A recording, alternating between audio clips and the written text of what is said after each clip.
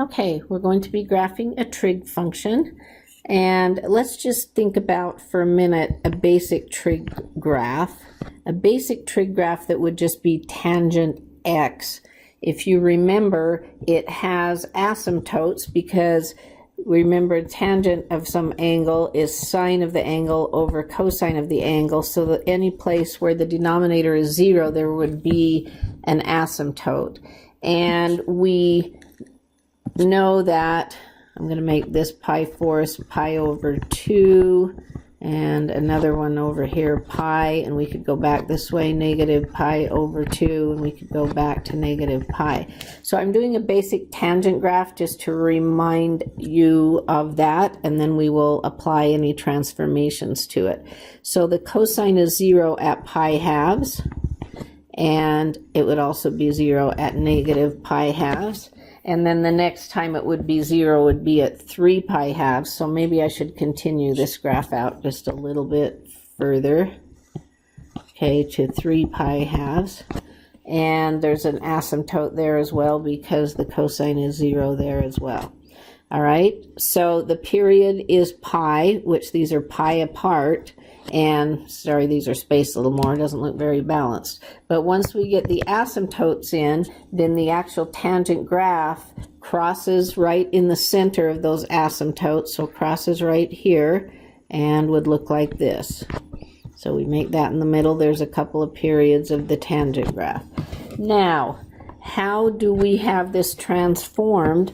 Well, first of all, let's go ahead and see what the period is. The normal one's period was pi, but this one's period is going to be pi over, because of this 2 right here, it's going to be pi halves. So I need to have the period be smaller. The asymptotes are only going to be pi halves away from each other, not pi away from each other. And then a couple other things going on. We have a negative on there, so it's going to be reflected. And then the other thing going on is we have a phase shift. If I set this equal to 0 and solve it, and move over the 3 pi and then divide both sides by 2, it looks like my phase shift is going to be to the right by 3 pi over 2, which is a big phase shift. It's a lot bigger than the period, so we'll have to take that into account as we do the graph as well. All right, so the first thing I'm going to do, the period is pi halves, and for this trig graph then I will go ahead and make tick marks. We'll still do them at pi fourths, which will be the middle of pi halves. I'm going to go out a ways because we got to be able to shift this thing.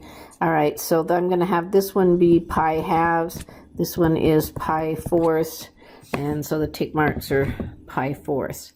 All right, now what I've got to figure out is where my asymptote, where one of my asymptotes is going to be, and then once I have that, then I can put all the asymptotes a period apart at pi over 2.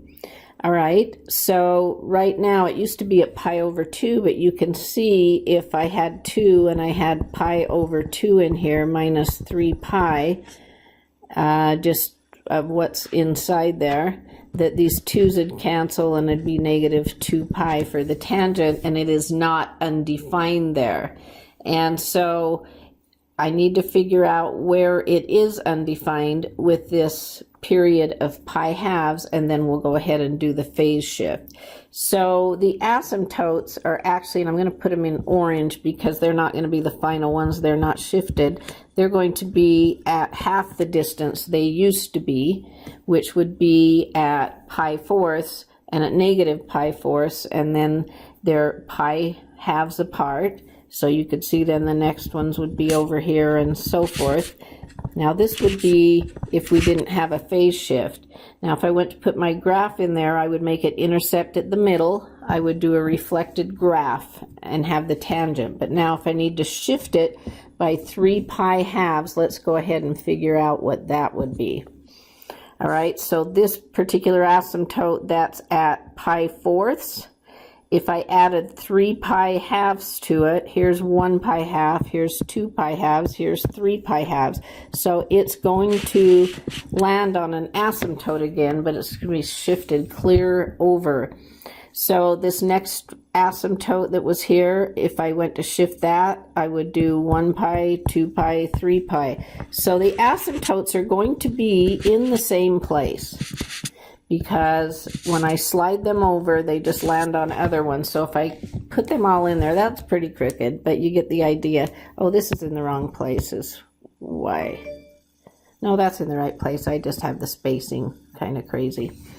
Okay, so now I have that phase shift in there. All as I need to do is draw those graphs there then. Let's go ahead and do that.